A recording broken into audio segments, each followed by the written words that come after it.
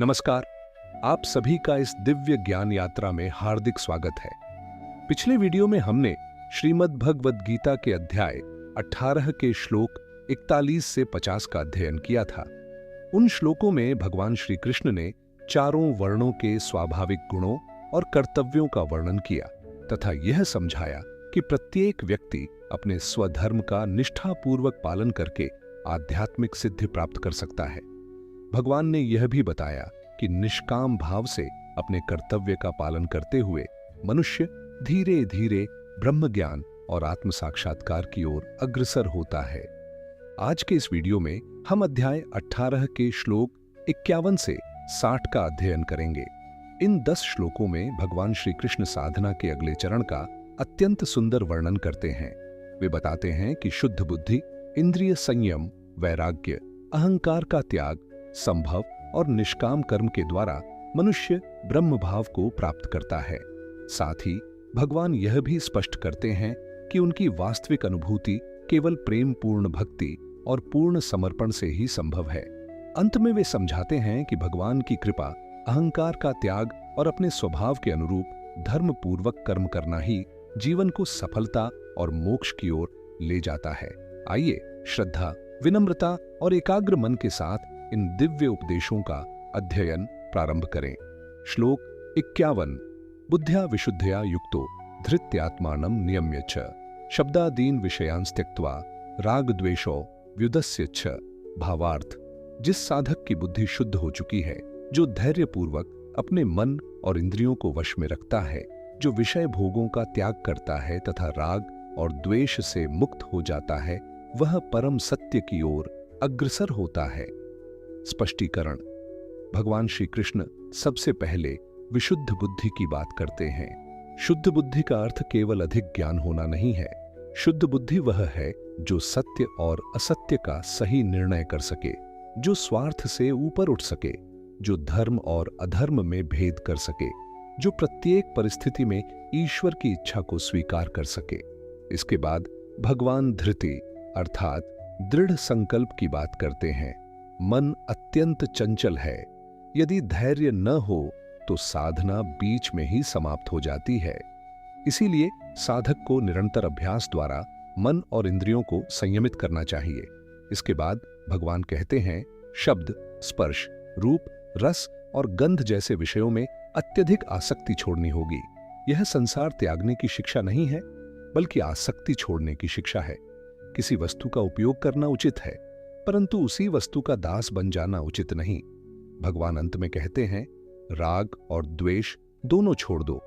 जो केवल प्रिय वस्तुओं से प्रेम करता है और अप्रिय वस्तुओं से घृणा करता है, उसका मन कभी शांत नहीं हो सकता। संभव ही आध्यात्मिक उन्नति का प्रथम चरण है। श्लोक 52। संस्कृत: विविक्त सेवी लघ्वाशी यत वाक्काय मानसः ध्यान योग परो नित्यम वैराग्यम समुपाश्रितः। भावार्थ: जो साधक एकांत प्रिय हो, संयमित भोजन करे, अपनी वाणी, शरीर और मन को नियंत्रित रखे, निरंतर ध्यान योग में स्थित रहे तथा वैराग्य का आश्रय ले, वह आध्यात्मिक उन्नति करता है। स्पष्टीकरण: भगवान यहाँ साधक के दैनिक जीवन का स्वरूप बताते हैं। विविक्त सेवी अर्थात ऐसा व्यक्ति जो समय समय पर एकांत का सेवन करता है। एकांत का अर्थ समाज से भागना नहीं है, बल्कि ऐसा समय निकालना है जहां मन केवल भगवान का चिंतन कर सके। आज के समय में मोबाइल, सोशल मीडिया और निरंतर सूचना का प्रवाह मन को अत्यधिक विचलित करता है। इसलिए प्रतिदिन कुछ समय मौन और ध्यान के लिए अवश्य निकालना चाहिए। लघ्वाशी अर्थात संतुलित भोजन। अधिक भोजन भी हानिकारक है और अत्यधिक उपवास भी। शुद्ध, सात्विक और संयमित भोजन मन को भी शांत बनाता है। भगवान आगे कहते हैं, वाणी, शरीर और मन पर नियंत्रण। यदि हमारी वाणी कठोर है, शरीर अनुशासनहीन है और मन अशांत है, तो आध्यात्मिक प्रगति कठिन हो जाती है। ध्यान केवल आंखें बंद करने का नाम नहीं। ध्यान का अर्थ है मन को बार बार भगवान की ओर लौटाना, और इसका आधार है वैराग्य। वैराग्य संसार का विरोध नहीं है। वैराग्य का अर्थ है संसार में रहते हुए भी भगवान को सर्वोच्च स्थान देना। श्लोक 53। संस्कृत: अहंकारम बलम दर्पम कामम क्रोधम परिग्रहम विमुच्य निर्ममः शांतो ब्रह्म भूयाय कल्पते।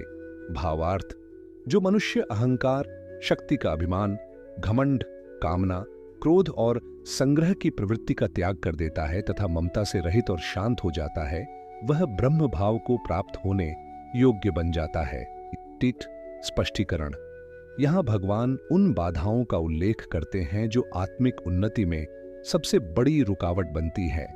अहंकार, मैं ही सब कुछ हूं, यही आध्यात्मिक पतन की शुरुआत है। बल का अभिमान, धन, पद, ज्ञान, शक्ति या प्रतिष्ठा का घमंड, ये सब क्षणभंगुर हैं। काम, असीम इच्छाएं, एक इच्छा पूरी होती है तो दूसरी जन्म लेती है। क्रोध, जब इच्छाएं पूरी नहीं होती तब क्रोध उत्पन्न होता है। क्रोध विवेक को नष्ट कर देता है। परिग्रह, आवश्यकता से अधिक संग्रह। संसार की वस्तुएं जितनी अधिक बढ़ती जाती हैं, उतनी ही चिंताएं भी बढ़ती जाती हैं। भगवान कहते हैं, जब मनुष्य मेरा मेरा छोड़ देता है, तभी वह वास्तविक शांति प्राप्त करता है। यही ब्रह्म भाव की तैयारी है। श्लोक 54 संस्कृत। ब्रह्मभूतः प्रसन्नात्मा न शोचति न कांक्षति समः सर्वेषु भूतेषु मद्भक्तिं लभते पराम। भावार्थ, जो ब्रह्म भाव को प्राप्त हो जाता है वह सदैव प्रसन्न रहता है। वह न किसी वस्तु के लिए शोक करता है और न किसी वस्तु की आकांक्षा करता है। वह सभी प्राणियों में समान भाव रखता है और तब मेरी परम भक्ति को प्राप्त होता है। स्पष्टीकरण।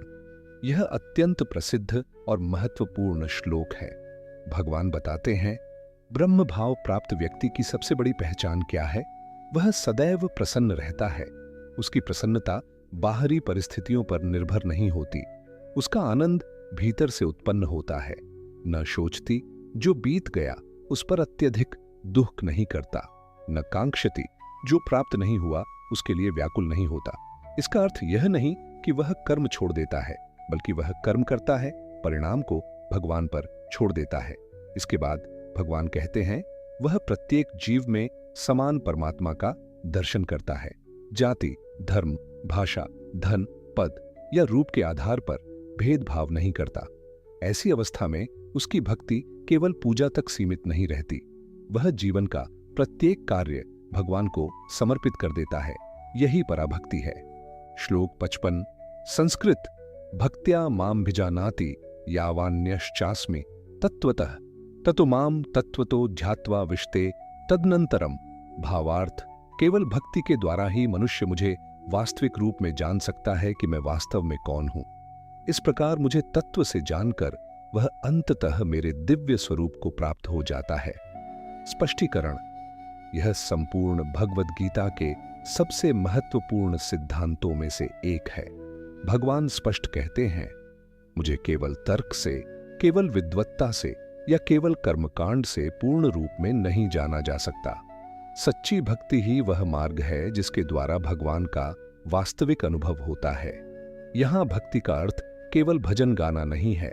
सच्ची भक्ति का अर्थ है पूर्ण श्रद्धा, पूर्ण विश्वास, पूर्ण समर्पण और प्रेम पूर्वक भगवान का स्मरण। जब भक्ति ज्ञान के साथ जुड़ जाती है, तब साधक भगवान के वास्तविक स्वरूप को समझने लगता है, और जब यह अनुभूति पूर्ण हो जाती है, तब जीव भगवान के दिव्य धाम और उनकी दिव्य उपस्थिति को प्राप्त करता है। यही मानव जीवन का परम लक्ष्य है।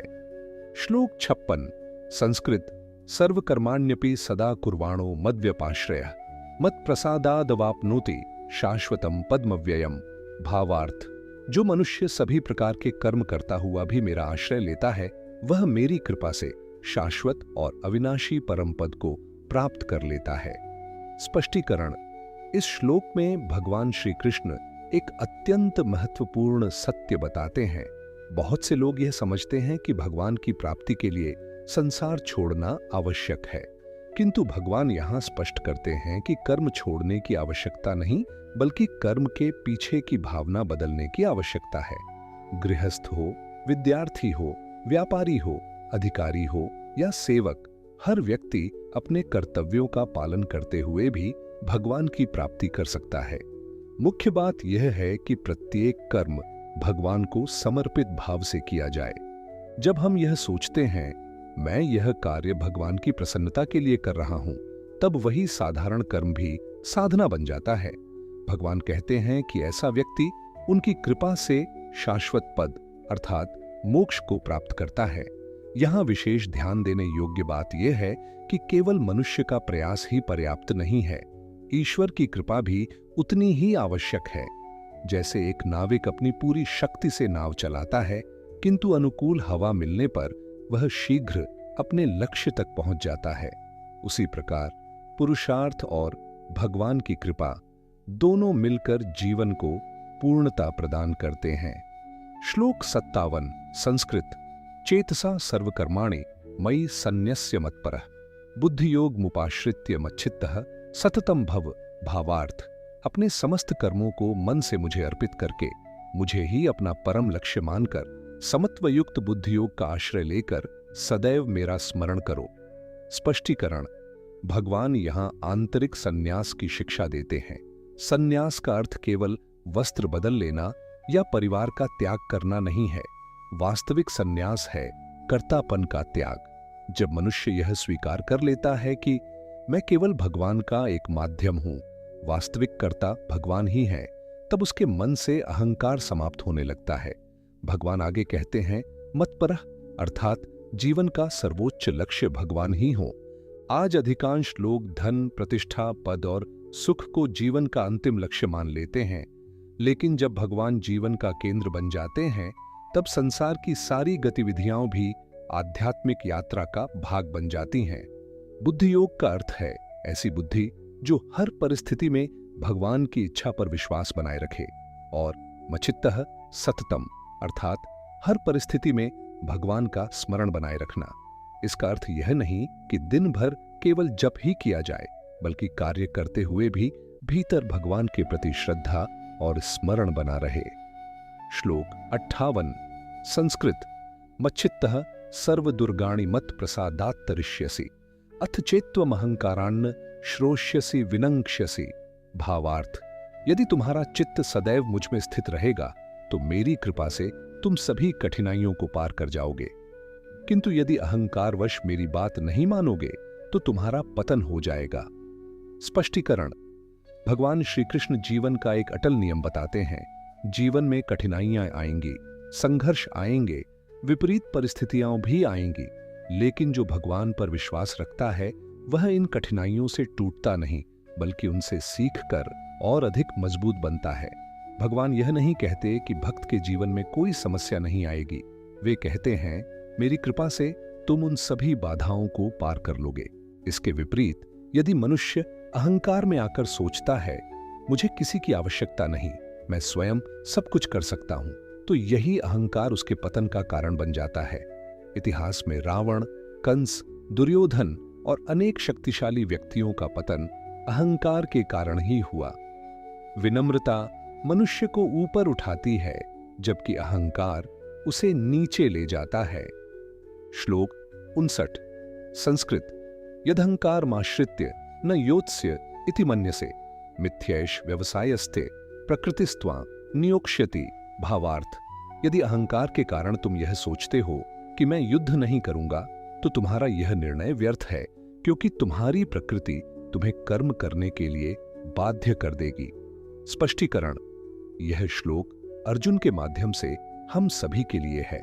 कभी कभी हम सोचते हैं मैं यह कार्य नहीं करूंगा, लेकिन कुछ समय बाद परिस्थितियां और हमारा स्वभाव हमें उसी दिशा में ले जाते हैं।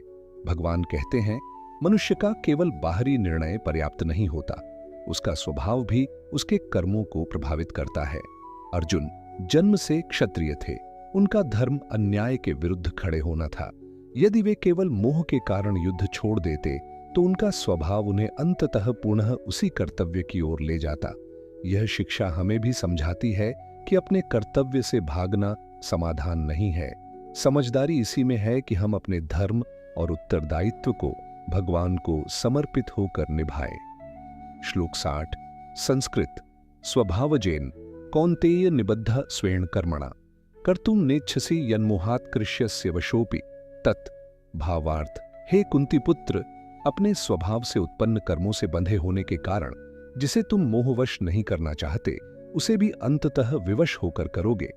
स्पष्टीकरण: भगवान यहाँ प्रकृति के प्रभाव को और स्पष्ट करते हैं। प्रत्येक मनुष्य का एक स्वभाव होता है। यह स्वभाव उसके संस्कारों, गुणों और पूर्व कर्मों से निर्मित होता है। जब तक मनुष्य आत्मज्ञान प्राप्त नहीं करता, तब तक वह अपने स्वभाव के अनुसार ही कार्य करता रहता है। अर्जुन युद्ध से बचना चाहते थे, किंतु उनका क्षत्रिय स्वभाव उन्हें अंततः युद्ध करने के लिए प्रेरित करता। यह शिक्षा केवल अर्जुन तक सीमित नहीं है, हम सभी के जीवन में ऐसा होता है। यदि हम अपने वास्तविक उत्तरदायित्व से भागते हैं, तो परिस्थितियां हमें पुनः उसी कर्तव्य के सामने खड़ा कर देती हैं। इसलिए भगवान का संदेश है, कर्तव्य से भागने के स्थान पर उसे भगवान को समर्पित करके निष्काम भाव से और धर्मपूर्वक पूरा करें। यही कर्मयोग है। निष्कर्ष: प्रिय दर्शकों, आज हमने भगवद गीता अध्याय 18 के श्लोक 51 से 60 के माध्यम से यह जाना कि आध्यात्मिक जीवन की वास्तविक शुरुआत हमारे भीतर से होती है। जब मनुष्य अपनी बुद्धि को शुद्ध करता है, इंद्रियों पर संयम रखता है, अहंकार और आसक्ति का त्याग करता है तथा अपने प्रत्येक कर्म को भगवान को समर्पित कर देता है, तब उसका जीवन साधारण नहीं रहता, वह ईश्वर की ओर अग्रसर होने लगता है। भगवान श्री कृष्ण ने हमें यह भी सिखाया कि सच्ची शांति केवल बाहरी परिस्थितियों को बदलने से नहीं, बल्कि अपने दृष्टिकोण को बदलने से प्राप्त होती है। जब हम भगवान पर पूर्ण विश्वास रखते हैं, उनके स्मरण में रहते हैं और अपने कर्तव्य को निष्काम भाव से निभाते हैं, तब उनकी कृपा से जीवन की बड़ी से बड़ी कठिनाइयां भी सरल हो जाती हैं। अंततः प्रेममयी भक्ति ही वह मार्ग है जिसके द्वारा भगवान के वास्तविक स्वरूप का अनुभव किया जा सकता है। यदि आज का यह अध्ययन आपको प्रेरणादायक लगा हो, तो कृपया इसे अपने परिवार, मित्रों और अन्य श्रद्धालुओं के साथ अवश्य साझा करें, ताकि श्रीमद् भगवद गीता का यह दिव्य ज्ञान अधिक से अधिक लोगों तक पहुंच सके। अगले गुरुवार हम भगवद गीता अध्याय 18 के श्लोक 61 से 70 का अध्ययन करेंगे।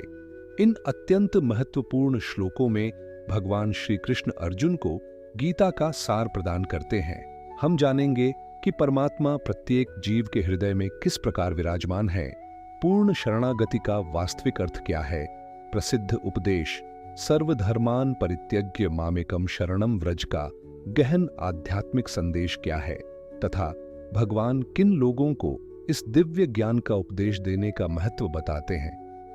तब तक के लिए अपने जीवन में श्रीमद् भगवद गीता के इन दिव्य उपदेशों को अपनाने का प्रयास करते रहें। हरि ओम तत्सत।